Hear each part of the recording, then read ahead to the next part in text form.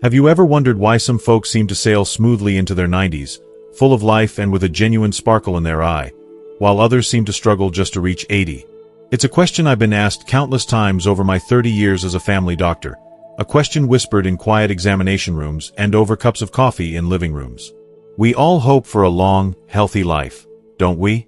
Most of us think that slowing down, getting comfortable, is a well-earned reward for a life of hard work.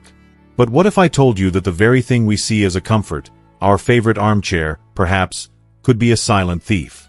A thief that quietly, and without you ever noticing, steals precious years from your life. It's not just a piece of furniture. It's a trap, one cleverly disguised as comfort. After listening to hundreds of stories, from my own patients and from the hospice nurses who walk with us on our final journeys, I can tell you this. It's often not the big, dramatic diseases that shorten a life. It's a series of small, hidden mistakes. Mistakes we make every single day. I'm not talking about theories from a medical textbook. I'm talking about real life. Let me tell you about a patient of mine, John. He was a wonderful man, a retired history teacher with a sharp mind and a kind heart. But after he retired, he felt lost. He spent his days in that exact armchair, watching the world go by through his window, feeling his own world get smaller and smaller. I remember him telling me, his voice barely a whisper, "Doc, I feel like I'm just waiting."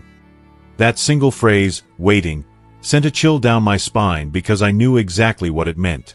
John's story has a happy ending, and I promise I'll share it with you later. But his struggle is the very reason I felt compelled to make this video for you today. Together, we're going to walk through the 6 hidden mistakes that could be keeping you from reaching 85 in strength and in peace. And more importantly, I'll give you simple, free ways to fix them, starting the moment this video ends. And please, be sure to stay with me until the very end. The 6th mistake is the one most people overlook, but it's the most damaging of all. Understanding it could truly be the key to unlocking a longer, happier life for you or for someone you love. Before we dive in, I truly want to know how many of us have felt this. If what I just shared feels familiar, if you've ever felt like your world is getting a little smaller, please comment with a simple yes below. It shows me you understand, and it shows others in our community that they are not alone. Okay, let's get started. Alright, let's talk about the first hidden mistake. Mistake number 1, the armchair trap, or as I call it, sitting more than you move. Most of us believe that after a lifetime of hard work, we've earned the right to slow down, to take it easy. And in many ways, you absolutely have. But there's a dangerous misunderstanding hidden within that belief. Your body, this incredible vessel that has carried you through decades of life, through raising children, through work, through joy and sorrow, it was designed to move. It craves motion. The armchair, as comforting as it feels, can become a trap. When you sit for hours on end, a series of things begins to happen inside your body. Your major leg muscles, which are the largest muscles you have, essentially go to sleep. Your circulation, the river of life that carries oxygen and nutrients to every single cell, slows right down. And perhaps most importantly, a kind of low-level, chronic inflammation begins to spread throughout your body. I often tell my patients to think of it like a slow, simmering fire inside. You don't feel the burn right away, but over months and years, it's doing damage. Now, here's the core reason why this becomes so critical after the age of 60. As we get older, our bodies naturally begin to lose a bit of muscle mass. It's a process called sarcopenia, and it's a normal part of the journey. But sitting for long periods, well, that's like pressing the fast-forward button on that process. It dramatically accelerates that muscle loss, and those muscles are the very foundation of our strength, our balance, and our independence. And this explains so much, doesn't it? It's the reason you can feel completely exhausted after a day of doing almost nothing at all. That profound, bone-deep tiredness. That's your body reacting to being stagnant. It's why your joints feel so stiff and achy when you finally stand up, and it's why your mind can feel a little foggy sometimes. Your brain needs good, rich blood flow to stay sharp, and sitting robs it of that vital resource. And this isn't just my observation from years in practice. Study after study from leading institutions has shown a direct, undeniable link between a sedentary lifestyle after 60 and a much higher risk of heart disease, type 2 diabetes, and even dementia. I'm thinking of a patient of mine, Margaret. A lovely woman, 72 years old, who came to me complaining of fatigue so deep she felt it in her bones. She was convinced something was terribly wrong. Instead of immediately reaching for the prescription pad, I gave her a different kind of prescription. I told her, "Margaret, I want you to patrol your house. 4 or 5 minutes, every single hour you're awake. I just want you to get up and walk around." She was skeptical, of course, but she was willing to try anything. A month later, she came back to my office, and she was a different person. Her energy had doubled. She said, "Doc, I feel like myself again." It wasn't a miracle pill. It was a movement. Movement is the most natural form of medicine. Margaret's story proves that you don't need to join a gym or run a marathon. The solution is beautifully simple. Just stand up during the commercial breaks on television. Pace around the kitchen while you're talking on the phone. The goal is simple, but it is powerful. Move more than you sit. Let's make a promise to ourselves, right now, to break free from the armchair trap. If you're ready to commit to moving more, just type "move" in the comments below. Let's do this together. Now, let's move on to the second mistake, which happens not in the body but in the mind. Mistake number 2. Retiring your mind. The day you leave your job for the last time is a monumental occasion. It's the culmination of decades of dedication. But there's a hidden danger that no one warns you about on your retirement party card. For so many people, the day they retire from their job is also the day they unknowingly retire their mind. Without the daily problems to solve, the deadlines to meet, and the colleagues to interact with, you stop giving your brain a real workout. And just like any muscle in your body, the principle is brutally simple. Use it or lose it. Let me explain the science of what's happening. Your brain is an intricate network of connections, like a massive telephone system. Every time you learn something new, challenge yourself with a puzzle, or even try a new route to the grocery store, you are building and strengthening these connections. You're creating new neural pathways. When you stop doing these things, when your days fall into a comfortable but unchanging routine, those connections begin to weaken. They start to wither. The core issue, especially as we age, is that the built-in mental stimulation of our careers disappears. The social routines, the need to remember names and figures, the problem-solving, all of that mental heavy lifting we took for granted is suddenly gone. This is what leads to those familiar, frustrating symptoms. Forgetting little things, like where you put your keys or a name that's on the tip of your tongue. Feeling a little less sharp than you used to. And, over time, a slow, creeping disinterest in the world around you because it all feels a bit too complicated. The scientific proof for this is overwhelming. Research consistently and powerfully shows that seniors who engage in lifelong learning activities, whether it's learning an instrument, joining a book club, or even playing bridge, have a significantly lower risk of cognitive decline and dementia. It's one of the most powerful preventative tools we have. I have a very personal story for this one. My own father-in-law, a brilliant accountant for 45 years, was completely lost after he retired. He was bored and slipping into a low mood. At the age of 75, on a whim, he started watching cooking videos on YouTube. He decided he was going to learn how to bake sourdough bread. It was a challenge. His first few loaves were, well, let's just say they were very dense. But he kept at it. He bought books, and he experimented. He told me one afternoon, covered in flour, that learning this new skill made his brain feel lit up again. That's the feeling. That's the magic we're looking for. He didn't just learn to bake, he reignited his mind. He proved that it's never about staying busy, it's about staying curious. So please, I urge you, don't let your mind retire. Keep it engaged. Read a new book. Do a crossword puzzle. Learn one new thing on the internet each day. The moment you decide you're done learning is the moment your brain begins to let go. Let's discuss mistake number 3, which takes us into the kitchen. Mistake number 3, eating like you're still 40. This one is so common because it's based on habit. For decades, you've eaten a certain way, and it's worked for you. But here's a fundamental truth we must accept. The body's engine you have at 65 or 70 is not the same engine it was at 40. Yet, most of us are still trying to run it on the same old fuel. We reach for the same processed foods, the sugary snacks, and the high-salt TV dinners that are easy and familiar.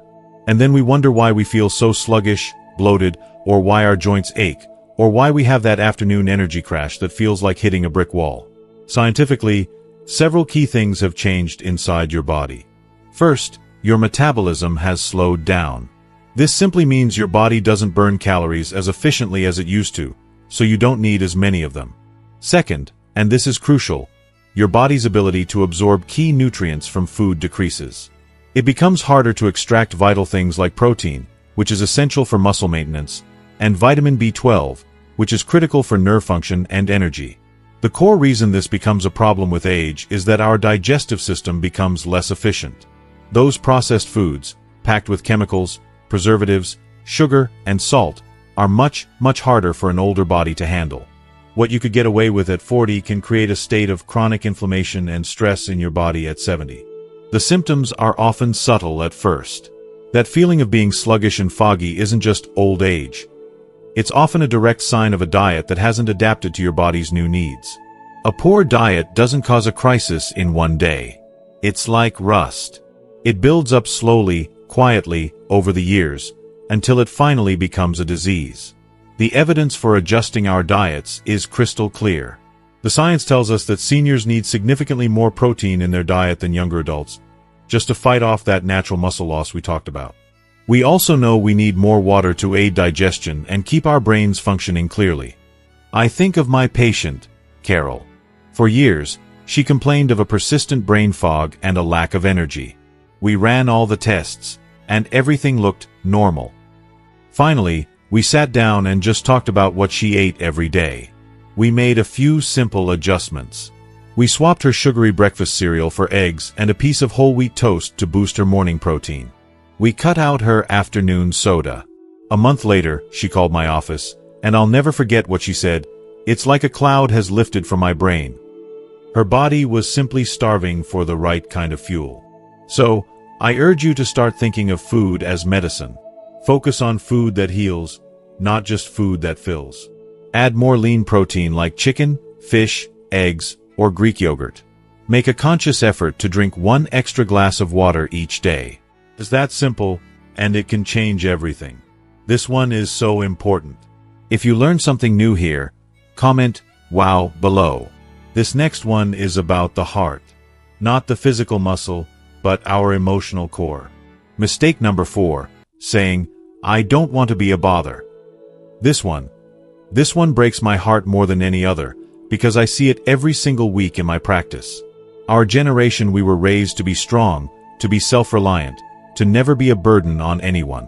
These are noble qualities, but in our later years, they can twist into something dangerous: isolation. Too many seniors suffer in silence, emotionally and physically, because of this misguided belief that asking for help is a sign of weakness. So, they don't ask for a hand with the groceries. They don't open up when they're feeling lonely in the quiet of an empty house. They don't share that they're scared about an upcoming doctor's appointment. They hold it all inside. From a medical standpoint, loneliness is not just a feeling. It's a physical condition. Loneliness and isolation create a chronic stress response in the body. This releases a constant drip of the stress hormone cortisol, which in turn increases the body-wide inflammation we keep talking about. It weakens the immune system, making you more susceptible to illness. In fact, some major studies have concluded that chronic loneliness can be as physically damaging to your health as smoking 15 cigarettes a day. Think about that for a moment. The root cause of this withdrawal as we age is often a shrinking social circle. Friends move away or pass on, children are busy with their own lives, and it's easy to retreat into ourselves. We convince ourselves that we're protecting our loved ones by not bothering them with our troubles. But this creates the very symptoms of suffering in silence. A feeling of being disconnected from the world, of being invisible, and the crushing belief that no one truly understands what you're going through. The scientific evidence is irrefutable. A strong, meaningful social connection is one of the most powerful predictors of a long, healthy, and happy life. It is as vital as a good diet and regular exercise. I remember encouraging a patient of mine, a widower named David, who was deeply lonely after his wife passed away. He lived next door to a nice family, but never spoke to them. He'd say, They have their own lives. I don't want to bother them. I challenged him. I said, David, next time you see the neighbor, just ask him about his flowers. That's it. He was terrified, but he did it. That small act of reaching out turned into a weekly chat over the fence, then an invitation to a family barbecue. It changed everything for him. He realized he wasn't a bother. He was a neighbor, a friend. Human connection is medicine. It is healing. So please, hear me on this. Reach out. Ask for help. Share how you're feeling, even if it feels difficult. You are not a burden. You are a treasure. Please, let people in. Now for mistake number 5, which is deeply tied to our sense of self. Mistake number 5, living without a why. Once the kids are grown and have families of their own, and the job that structured your days for 40 years is over, many people find themselves in a strange new territory. They wake up in the morning, and the day stretches out before them, empty. They've lost their reason for getting out of bed. They've lost their purpose. This is one of the most subtle but powerful hidden reasons why people's health can decline so rapidly in retirement. The body and mind are deeply connected. Having a sense of purpose, a reason to be here, has a profound biological effect. It's been shown to lower levels of the stress hormone cortisol and promote better cardiovascular health. It's simple, really. The body responds to a mind that has a reason to live. When the mind gives up, the body isn't far behind. The core reason this void appears in our later years is that the primary roles that defined us for so long, the role of parent, of provider, of manager, of teacher, are gone. And this can leave a huge vacuum in their place. The symptoms of this loss of purpose are clear to me as a doctor. It's apathy. It's a lack of motivation to do the very things we've just discussed, like eating well or moving more. And most tellingly, it's when a person stops making plans for the future. They stop talking about next summer's garden, or a trip they want to take, or a book they want to read. This isn't just a philosophical idea. It's backed by incredible research.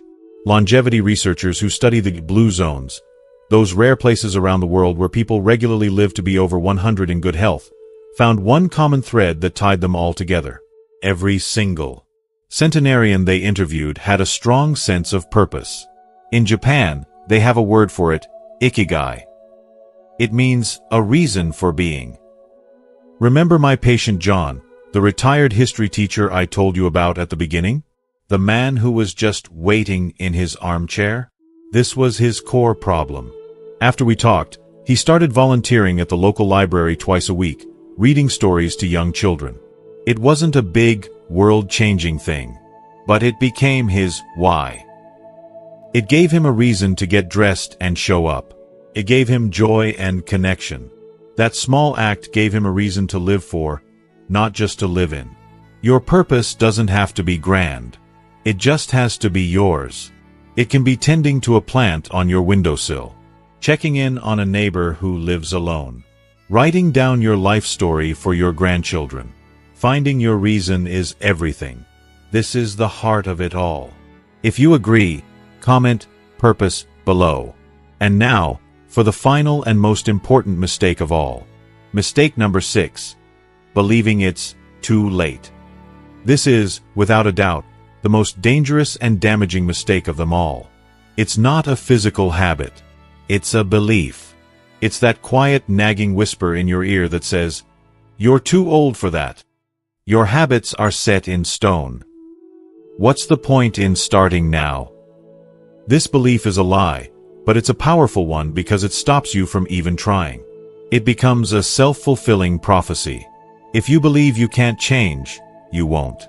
And that belief alone can steal more years from your life than any physical ailment. Science today is truly exciting, and it completely shatters this old myth.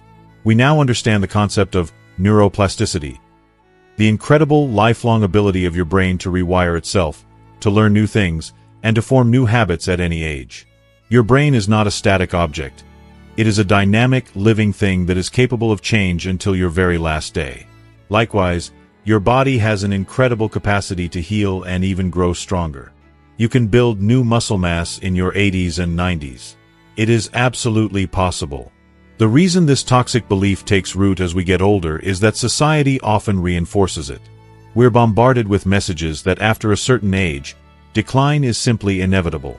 We internalize this myth, and it becomes our reality. The symptoms are in our language. It's every time we say, "I'm just too old to learn how to use a computer," or "My aches and pains are just a part of getting older," accepting them without question. This mindset is the ultimate trap, because it closes the door to every possible solution we've discussed today. But the proof that this is a myth is all around us. I'm not just talking about studies. I'm talking about real people I see every day. We now have solid, documented evidence of people in their 70s and 80s completely reversing their type 2 diabetes through diet and exercise.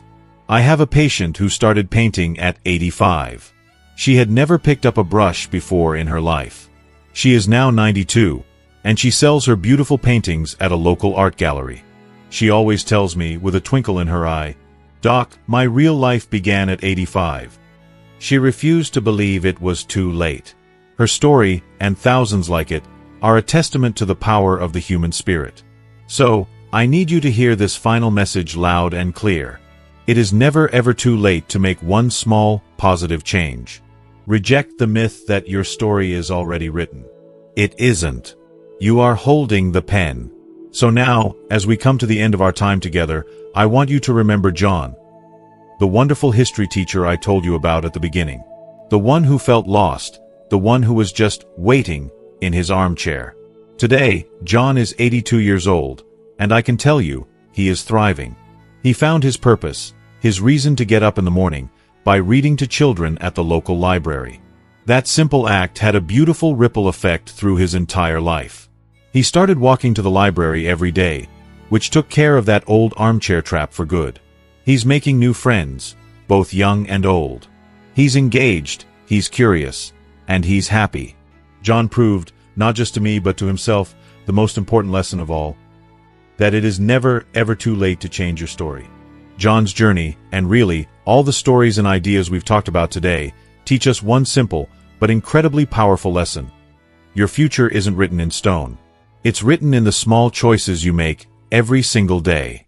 As we wrap up, we've explored 6 critical mistakes that can truly shape our golden years. But knowledge, as we know, is only powerful when we put it into action. So now, I have one important question for you. What is the one commitment you are making to yourself after watching this video? It doesn't have to be a grand gesture. It could be as simple as, "I will drink one more glass of water tomorrow morning," or "I will call a friend I haven't spoken to in a while." Please share your personal commitment in the comments below. Reading your commitment will inspire others in our community to take that first, brave step. Let's lift each other up. And if you found real value, perhaps even a friend, in our conversation today, please show your support by giving this video a like. To ensure you continue on this journey with us, and never miss another video full of simple, life-changing wisdom, hit that subscribe button. It's more than just subscribing. It's joining a community of friends, all dedicated to living our best and healthiest lives together. Finally, think of one person in your life who needs to hear this message today. A friend, a sibling, a neighbor. And please, share this video with them. It could be the most important gift you give them this week. You might just change their life. Thank you for spending this time with me. Be well, and please, remember to be kind to yourself.